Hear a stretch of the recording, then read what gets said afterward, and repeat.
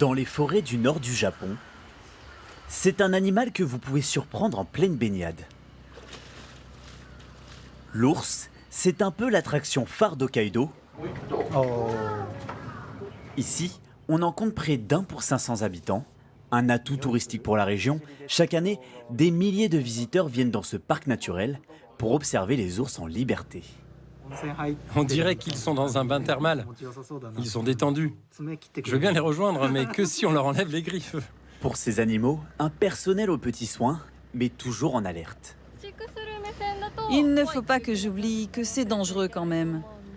Mais en même temps, ils sont mignons, ils sont beaux. L'ours, c'est comme une divinité pour moi. Un animal considéré comme un dieu depuis les Ainu, le premier peuple indigène d'Hokkaido. Aujourd'hui comme à l'époque, l'ours reste un animal imprévisible et dangereux. Cette vidéo amateur date d'il y a un an. Elle a été reprise par de nombreux médias locaux. Pendant qu'il se rend au travail, cet habitant d'Hokkaido est agressé en pleine ville par un ours.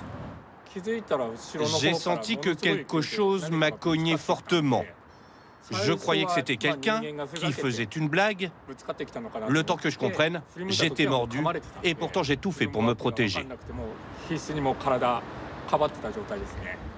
6 mois d'hospitalisation et 140 points de suture. Shinichiro Ando est un miraculé. À Hokkaido, l'an dernier, 14 personnes ont été victimes d'une attaque d'ours, dont 3 sont décédées. Des agressions en ville ou sur des sentiers de randonnée. Ces scientifiques alertent en permanence sur les risques, avec des conseils simples pour éviter les accidents.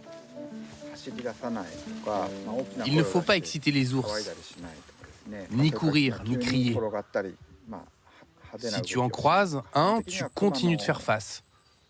Et tu t'éloignes, petit à petit.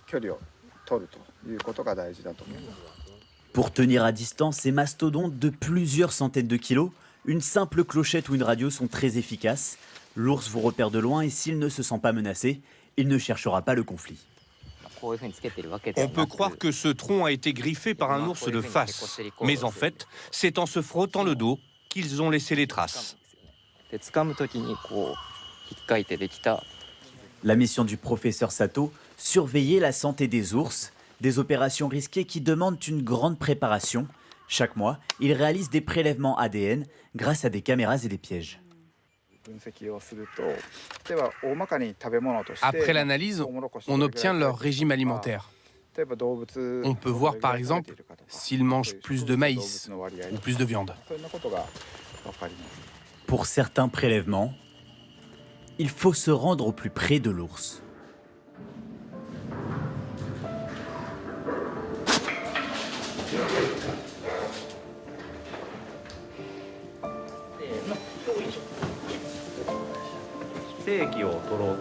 On va essayer de récupérer le sperme et mettre le tube à l'intérieur du pénis. Mais il ne faut pas aller jusque dans la vessie. 1 heure plus tard, le prélèvement est un succès. Il permettra aux vétérinaires de ce zoo d'évaluer la qualité du sperme de ce mâle, un indicateur important de la santé de l'animal. En 6 ans, plus de 1000 ours sont nés à Hokkaido, contre seulement une quarantaine en France. Et si quelques accidents surviennent encore, au Japon, leur défense reste une priorité.